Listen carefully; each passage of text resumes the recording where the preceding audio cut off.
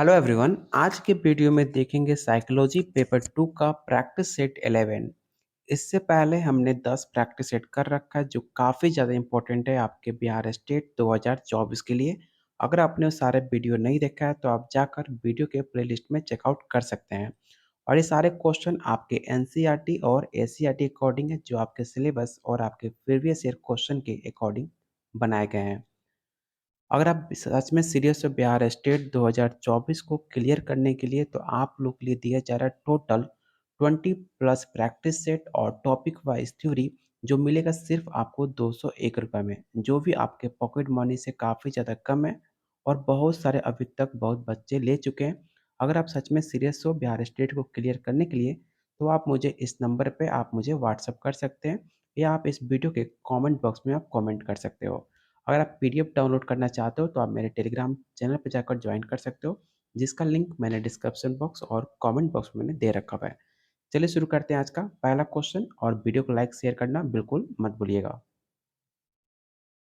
पहला सवाल है, वो मापनी जिसमें अंतराल के समस्त गुण के साथ परम शून्य भी कहलाती है, उसे क्या कहा जाता है? पहला ऑप्शन है नामित मापनी, ऑप्शन बी है क्रम सूचक मापनी, या ऑप्शन सी अंतराल मापनी, या ऑप्शन डी अनुपात मापनी। तो इसका राइट आंसर ऑप्शन डी हो जाएगा। मापन के मुख्य रूप से 4 स्तर या प्रकार होते हैं। इसे आप पहले नोट डाउन कर लीजिएगा, या आप इसका स्क्रीनशॉट रख लीजिए अगर आपके पास प्रैक्टिस सेट नहीं है तो, क्योंकि क्वेश्चन काफ़ी ज़्यादा इंपॉर्टेंट है। पहला शाब्दिक या नामित मापनी, और दूसरा क्रमिक मापनी, और तीसरा अंतराल मापनी, और चौथा अनुपात मापनी। इसमें कौन सा आंसर होगा? तो ऑप्शन आपका डी अनुपात मापनी मापन का वो प्रकार है जिसमें अंतराल मापनी के समस्त गुणों के साथ परम शून्य भी कहा जाता है। तो इसका राइट आंसर ऑप्शन आपका डी हो जाएगा। अगला क्वेश्चन फ्राइड का है। फ्राइड से हमेशा आपके बिहार स्टेट चाहे आपका बीपीएससी हो, 3 से 4 सवाल हमेशा पूछे जाते हैं। इसलिए इस क्वेश्चन को आप वीवीआई क्वेश्चन टिक आउट कर लीजिएगा। क्वेश्चन है, फ्राइड के अनुसार हमारे मूल्यों का आंतरिकरण डैश में होता है। ऑप्शन है इदम, अहम, परहम, या ऑप्शन डी परिस्थितियों।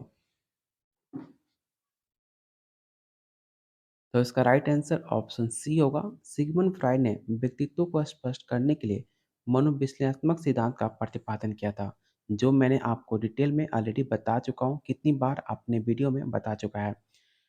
व्यक्तित्व के मनोविश्लेषणात्मक सिद्धांत के दो मुख्य संप्रदाय इन्होंने बताया था। पहला चेतन, और दूसरा अचेतन, जिसमें आपके इदम, अहम, प्रहम माने ये सारे कुछ आपके फ्राइड के द्वारा बताया गया था। तो इसका राइट आंसर ऑप्शन आपका सी हो जाएगा।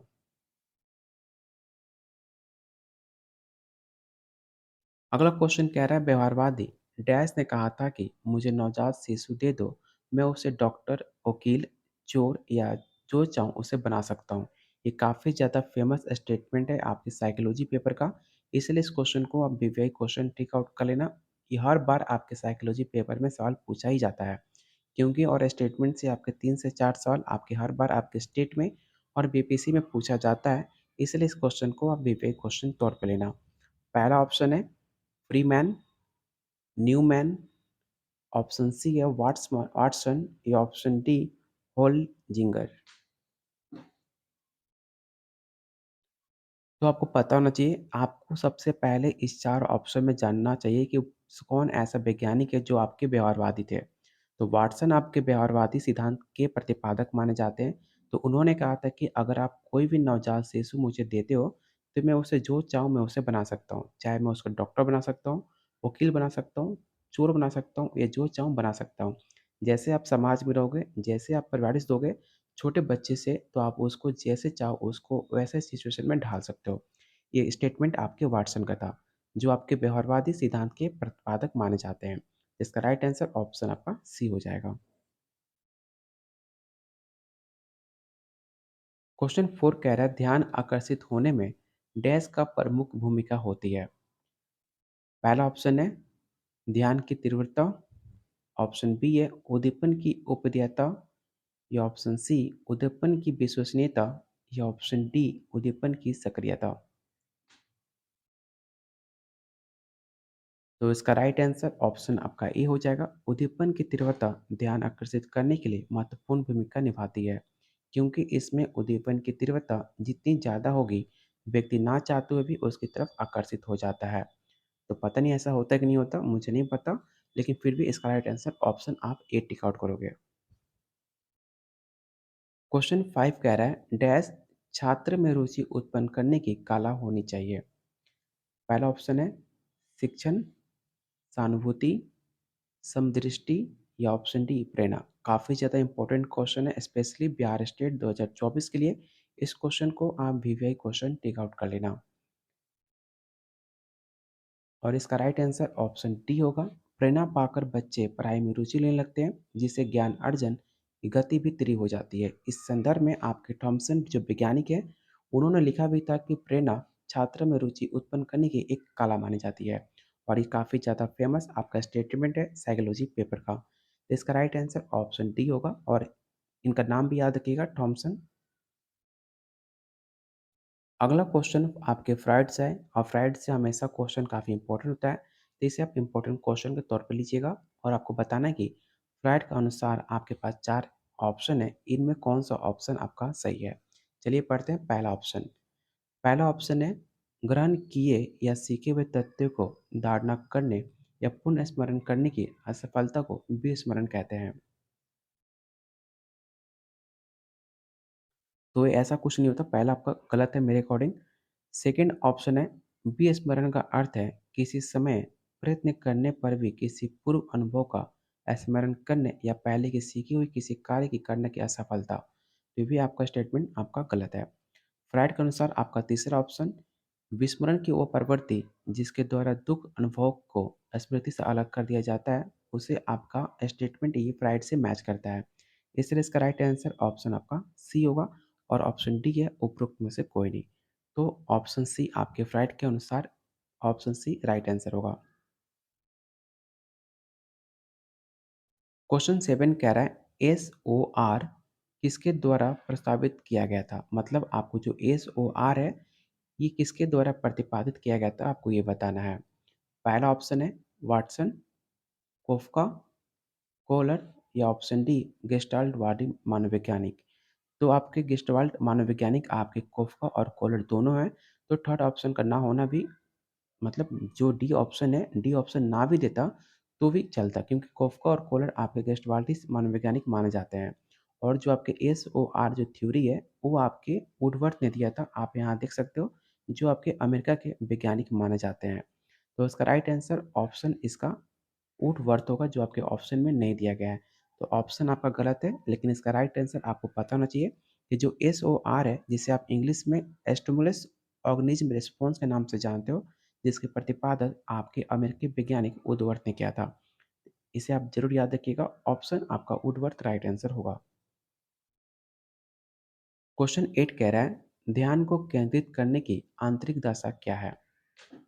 इस प्रैक्टिस सेट में सिर्फ आपको ध्यान केंद्रित करना है, और अपना ध्यान भी इसी वीडियो पे लगाए रखिएगा, क्योंकि हो सकता है इसमें से क्वेश्चन आपके पेपर में आ जाए। पहला ऑप्शन है अवधि, नवीनता, रुचि या ऑप्शन डी आकार। तो इसका राइट आंसर ऑप्शन आपका सी होगा। ध्यान केंद्रित करने की आंतरिक दशा रुचि होती है, मतलब जिसमें आपका इंटरेस्ट होता है उसमें आपका ध्यान ऑटोमेटिक चला जाता है। जिसे आप पसंद करते हो तो उसे आप बिना, मतलब बिना किसी को बोले भी आप उसे देख सकते हो, और उसमें आप इंटरेस्ट दे सकते हो। इसलिए आपका इंटरेस्ट होना काफ़ी ज़्यादा इंपॉर्टेंट रोल होता है आपको ध्यान को केंद्रित करने के लिए। तो इसका राइट आंसर ऑप्शन आपका सी होगा।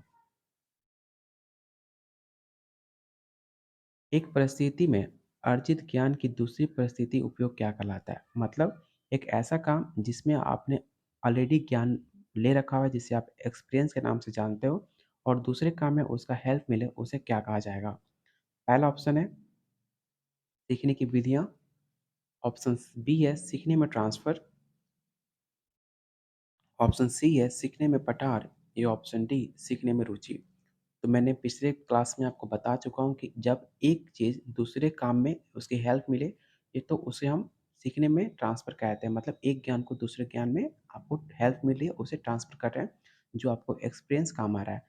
तो इसका राइट आंसर ऑप्शन आपका बी होगा। अनुभव द्वारा व्यवहार में परिवर्तन क्या कहलाता है? काफ़ी इंपॉर्टेंट क्वेश्चन है। इसे आप ध्यान रखिएगा कि अनुभव द्वारा व्यवहार में परिवर्तन क्या कहलाता है? जब आपके पास जैसे कि लोग बोलते हैं कि आप मैच्योर हो रहे हो, जब आपकी मैच्योरिटी बढ़ती है तो आपके व्यवहार में परिवर्तन होता है। तो उसके पीछे क्या रीज़न है आपको यही बताना है। पहला ऑप्शन है स्मृति, सीखना, प्रेरणा या ऑप्शन डी चिंतन। तो इसका राइट आंसर ऑप्शन आपका बी होगा। अनुभव द्वारा व्यवहार में परिवर्तन सीखना कहलाता है। उदाहरण स्वरूप, यदि किसी बालक के सामने लाल मिर्च रखी हो और वो जिज्ञासा के कारण मुंह में दबाता है और उसे जब भी काटता है तो उसे तीखा का ज्ञान होता है, तब बच्चा वो रोने लगेगा क्योंकि वो मिर्च काफ़ी ज़्यादा तीखी होती है और इसलिए उसे फेंक देता है और उसके पास वो कभी नहीं जाता, क्योंकि उसमें और क्योंकि उसने अनुभव से सीख लिया कि लाल मिर्च काफ़ी कड़वी होती है। इस प्रकार सीखने पूर्व अनुभव द्वारा व्यवहार में प्रगतिशील परिवर्तन होता है। उम्मीद करता हूँ कि आप समझ चुके होंगे कि सीखना क्या कहलाता है। तो ऑप्शन आपका बी राइट आंसर होगा। क्वेश्चन 11 कह रहा है, सांख्यिकी में वो रेखाचित्र जिसमें अभिवृत्तियों को स्तंभों द्वारा रिप्रेजेंट किया जाता है उसे क्या कहा जाता है? पहला ऑप्शन है स्तंभाकृति, ऑप्शन बी है आवृत्ति बहुभुज, या ऑप्शन सी संचयी आवृत्ति, या ऑप्शन डी रेखा चित्र।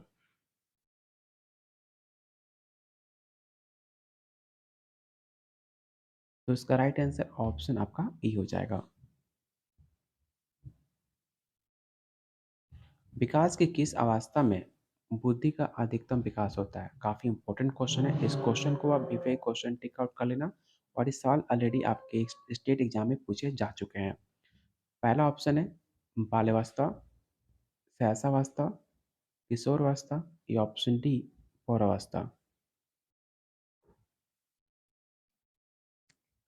तो इसका राइट आंसर ऑप्शन आपका सी होगा। मैं उम्मीद करता हूँ कि जितने लोग आप वीडियो देख रहे हो सारे लोग आपके किशोर अवस्था में ही आते हैं, जो सबसे ज़्यादा बुद्धि का अधिकतम विकास आपके एज में ही होता है। तो आसानी से आप पेपर क्लियर कर सकते हो अगर आप अच्छे से पढ़ाई करोगे, क्योंकि आपका जो ब्रेन है काफ़ी ज़्यादा तेज होता है इस टाइम। तो आप जो आप चाहो उसे आप पा सकते हो और जिसे चाहो आप खो सकते हो। तो इसका राइट आंसर ऑप्शन आपका सी होगा। अगला क्वेश्चन कह रहा है कि शिशु का अधिकांश व्यवहार किस पर आधारित होता है? ऑप्शन है मूल प्रवृत्ति पर, नैतिकता पर, वास्तविकता पर, या ऑप्शन डी ध्यान पर। दशैसावस्था का बालक का निर्माण काल भी कहा जाता है। इस अवस्था में शिशु का व्यवहार मूल प्रवृत्ति पर आधारित होता है, जैसे उनका रोना, उनका हंसना, चाहे उनका स्वप्रेम या उनका इमोशन, सब कुछ डिपेंड करता है आपके मूल प्रवृत्ति पर। तो इसका राइट आंसर ऑप्शन आपका ई होगा।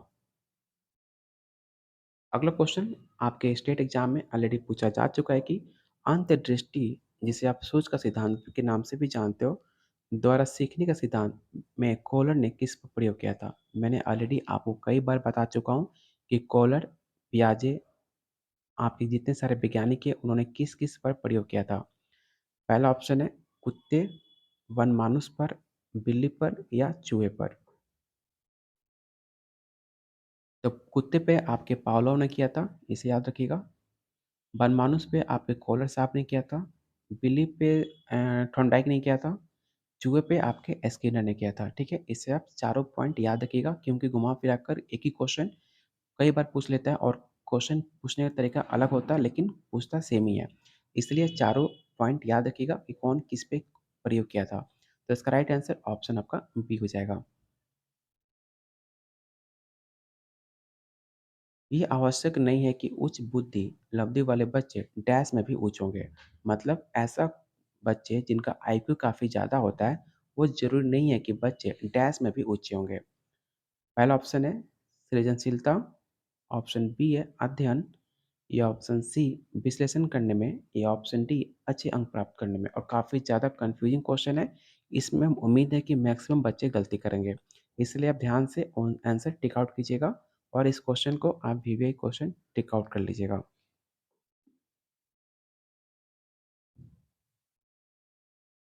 तो इसका राइट आंसर ऑप्शन आपका ए हो जाएगा, सृजनशीलता। और आप लोगों से रिक्वेस्ट है सिर्फ वीडियो देखिए मत, वीडियो को लाइक भी कीजिए मुझे समझ में नहीं आता आप लाइक क्यों नहीं करते हो? आप लोग के लिए इतनी मेहनत करता हूँ मैं, फिर भी आप लोग वीडियो को लाइक नहीं करते हो। वीडियो को लाइक कीजिए, शेयर कीजिए अपने दोस्तों में, अपने ग्रुप्स में, और आपने अभी तक चैनल को सब्सक्राइब नहीं किया है, तो चैनल को ज़रूर सब्सक्राइब कर लीजिएगा, क्योंकि बहुत जल्द आपके बिहार स्टेट के बाद बीपीएससी का टॉपिक वाइज़ आपको प्रैक्टिस सेट कराया जाएगा इसी चैनल पे। तो इसलिए चैनल को ज़रूर सब्सक्राइब कर लीजिएगा फॉर मोर अपडेट। और आप इसका पीडीएफ डाउनलोड करना चाहते हो तो आप मेरे टेलीग्राम चैनल पे जाकर ज्वाइन हो सकते हो, जिसका लिंक मैंने डिस्क्रिप्शन बॉक्स और कमेंट बॉक्स में मैंने ऑलरेडी दे रखा हुआ है। चलते हैं अगले क्वेश्चन पे। अगला क्वेश्चन है, अधिगम में डैश ने प्रभाव का नियम दिया था। अधिगम का प्रभाव नियम किसने दिया था, आपको ये बताना है। पहला ऑप्शन है पाउलो स्किनर, वाटसन, या ऑप्शन डी थॉर्नडाइक। तो इसका राइट आंसर ऑप्शन आपका डी हो जाएगा। थॉर्नडाइक ने अधिगम और सीखने का मुख्यतः 3 नियम दिए थे, जो मैंने अभी तक आपको कई बार बता चुका हूँ, जिसे आपको याद हो जाना भी चाहिए। तो मैं ज़्यादा टाइम इसमें नहीं लूँगा, ऑप्शन डी आपका राइट आंसर होगा। अगला क्वेश्चन है, निम्न में किस विधि का उपयोग स्मृति के मापन के लिए नहीं किया जाता? इस क्वेश्चन को आप वीवीआई क्वेश्चन टिक आउट कर लेना। हो सकता है सवाल आपके बिहार स्टेट 2024 में देखने को मिले। पहला ऑप्शन है प्रत्याहार विधि, तार्किक विधि, पहचान विधि, या ऑप्शन डी पुनः सीखना विधि। तो इसका राइट आंसर ऑप्शन आपका बी हो जाएगा। स्मृति का वो योग होता है जो आपके पूर्व अनुभव अथवा अधिगम में से सीखी गई बातों को संचित करने में कालांतर में उसका चेतन जगत में प्रयोग करने से संबंधित माना जाता है। तो इसका राइट आंसर ऑप्शन आपका बी होगा, लॉजिकल थिंकिंग।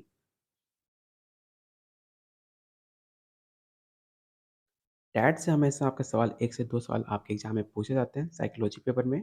इसलिए इस क्वेश्चन को आप नज़र रखिएगा कि टैट का विकास डैश द्वारा किया गया था, और मैंने पिछली बार वीडियो में आपको बता चुका हूँ कि टैट का विकास किसने किया था। पहला ऑप्शन है साइमंड, ऑप्शन बी है होल्ट्जमैन, या ऑप्शन सी है मुरे, या ऑप्शन डी बैलक। तो फिर से आप लोग याद रखिए और इसे नोट डाउन कर लीजिएगा कि टैट का जो आपका विकास है वो आपके मूरे साहब ने किया था, और इसका परीक्षण 1935 में हार्वर्ड विश्वविद्यालय शिक्षक एस मूरे ने किया था। कब किया था? तो 1935 में। कहाँ पर किया? तो हार्वर्ड विश्वविद्यालय। इस सारे पॉइंट को आप नोट डाउन कर लीजिए, या चाहिए तो आप इसका स्क्रीनशॉट रख लीजिए। जब एग्जाम आएगा तो खोल के देख लीजिएगा। आप ऐसा ही करोगे, मुझे उम्मीद भी है। तो ऑप्शन सी आपका राइट आंसर होगा। अगला क्वेश्चन है, मनोविज्ञान का शिक्षा के क्षेत्र में सबसे बड़ा योगदान किसका है? और इस क्वेश्चन को मुझे बताने की ज़रूरत नहीं है कि कितनी ज़्यादा बार ये सवाल आपके एग्जाम में पूछा जा चुका है कि मनोविज्ञान का शिक्षा में क्षेत्र में सबसे ज़्यादा योगदान किसका है। पहला ऑप्शन है विषय केंद्रित शिक्षा, शिक्षक केंद्रित शिक्षा, क्रिया केंद्रित शिक्षा, या ऑप्शन डी बाल केंद्रित शिक्षा। तो इसका राइट आंसर ऑप्शन आपका डी होगा। मनोविज्ञान का वो शिक्षा क्षेत्र में सबसे बड़ा योगदान आपके बाल केंद्रित शिक्षा के विकास में है। मनोविज्ञान के द्वारा ही शिक्षा का क्षेत्र में एक क्रांतिकारी परिवर्तन आया, जिसके परिणाम स्वरूप बालक के व्यवहार में नियंत्रित करने में एक पॉजिटिव दिशा प्रदान की जाती है। तो इसका राइट आंसर ऑप्शन आपका डी हो जाएगा। और जो आपको प्रैक्टिस सेट मिलेगा, और आप देख सकते हो कितने आसान भाषा में आपको समझाया जा रहा है, और कितने आसान भाषा में आपको यहाँ पर डिफिनेशन दिया है, जिसे आप पढ़कर सारे डाउट को क्लियर कर सकते हो, और अपना पेपर को आसानी से क्लियर किया जा सकता है।